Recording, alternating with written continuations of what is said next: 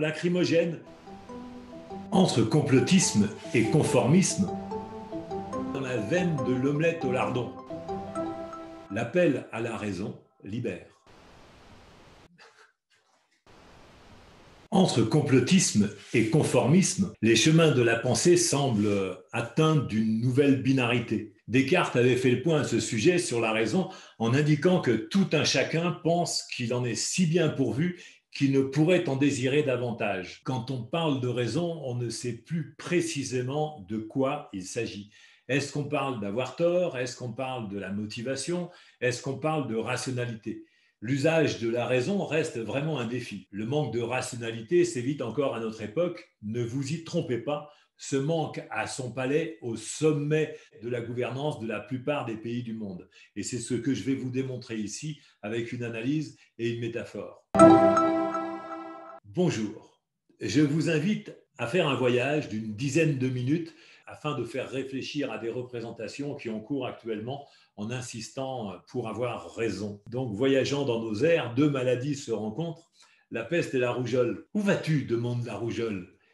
Dans toutes ces habitations que tu vois là, et que vas-tu faire? 10 000 morts. La rougeole regarde la peste s'éloigner, haute en couleur.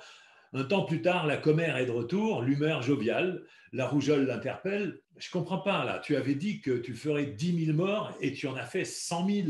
Ah non, non, non, dit la peste, que rien n'étouffe. Sur ce coup, j'étais accompagné de la peur. Et pour m'annoncer, je suis allé la chercher dans sa tanière. Elle y faisait banquer avec une grande compagnie, hein, stress, pétoche, angoisse, panique, baratin, n'importe quoi. Fake news, confusion, contradiction, punition, moralisation, amende, démagogie, sophisme, nudge, manipulation. Pas droit aussi, obligation, lacrymogène, et puis bien d'autres. Et puis, elle est maligne, hein.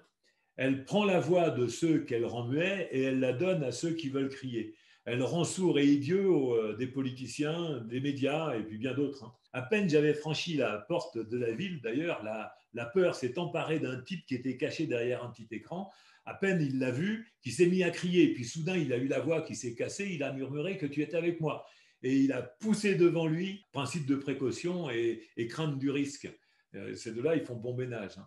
Enfin, tout à mon honneur. La peur et toute son équipe sont la plupart des bénévoles. Ensemble, ils m'annoncent partout et j'ai pu gambader de salon en cabinet, de chambre en atelier, d'hôpital en EHPAD. C'est là où d'ailleurs j'ai d'excellents agents transmetteurs, hein. Aussi, dès les premiers instants, tout le monde était bien là, prédisposé. Tu verras, tu pourras faire le test, hein. Ils sont tous confinés. Sur le coup, moi j'ai fait 10%. Et puis, la peur, elle a fait 90 000 morts. Sans te dire les blessés graves, les handicapés de l'existence qui vont avec.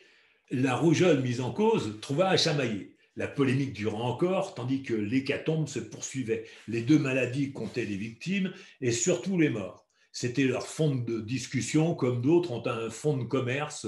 Le nombre de morts les faisait bien plus causer sans qu'elles sachent vraiment à qui attribuer le meilleur score. En bon gestionnaire, elle parlait chiffres et en tirait des perspectives et autant d'opportunités. Elle s'emparait des statistiques comparatives, corrigeait les camemberts et les histogrammes, et nos deux commères trouvaient toujours à redire. Bref, interrompit soudainement la rougeole agacée, je connais un virus encore plus malin de nos jours. Pour faire intervenir la peur, il ne va pas la chercher.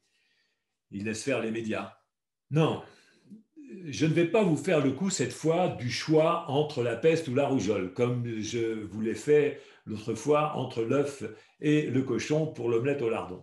Vous trouverez, je vous rappelle, la vidéo sur la chaîne. Vous pouvez l'avoir compris, le sens de cette fable n'est pas d'énoncer non plus une volonté d'une détermination à agir. Il met en évidence un mécanisme social lié à la diffusion de l'information qui fait de plus en plus d'audience. Bon, l'une des premières choses que la causerie de la peste et de la rougeole met en évidence, c'est que les causes principales de la mortalité dans une épidémie ne sont pas dans les dangers sur lesquels se braquent les attentions, mais sur tout ce qui les entoure, la désinformation et les propagateurs émotionnels. La raison n'est plus aux commandes. Et le plus difficile, c'est de cesser d'avoir peur, c'est de cesser de faire peur, c'est de retrouver l'apaisement pour faire usage de la rationalité.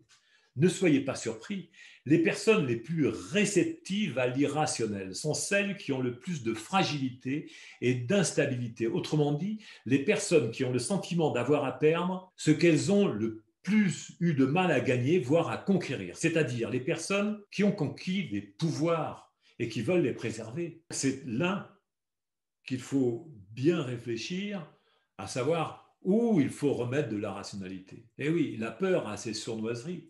Elle frappe les personnes chargées de prévenir, d'anticiper et d'organiser. En les infectant, elle leur fait justifier des errements de raisonnement et si jamais, elle les amène à se dédouaner. Elle fait perdre l'usage de la raison et elle décrédibilise. Le mécanisme est classique dans la conflictualité. L'entêtement prend le relais, le sens du devoir d'une minorité devient une contrainte qu'elle renvoie à la majorité. L'entêtement prend des tournures de moralisation, de blâme, de reproche, puis de punition, de répression et de violence. Notez cela. De nos jours, une autre voie s'est ouverte, celle de l'usage de la raison dans la manière d'être en relation. Nous avons ici à innover. Autrement, qu'avec des modèles déjà prospectés qui ont précipité les systèmes de gouvernance dans les écueils que nous constatons actuellement. Pour réussir à lâcher prise, il faut de la distanciation, c'est vrai, mais elle n'est pas sur le plan physique et social, c'est une erreur. Elle est à mettre en place au regard des états émotionnels, par ceux-là même qui l'éprouvent. Alors, il est possible de faire usage de la raison, d'en appeler à la méthode pour conduire sa pensée. Pour cela, il faut faire œuvre pédagogique dans le domaine du relationnel.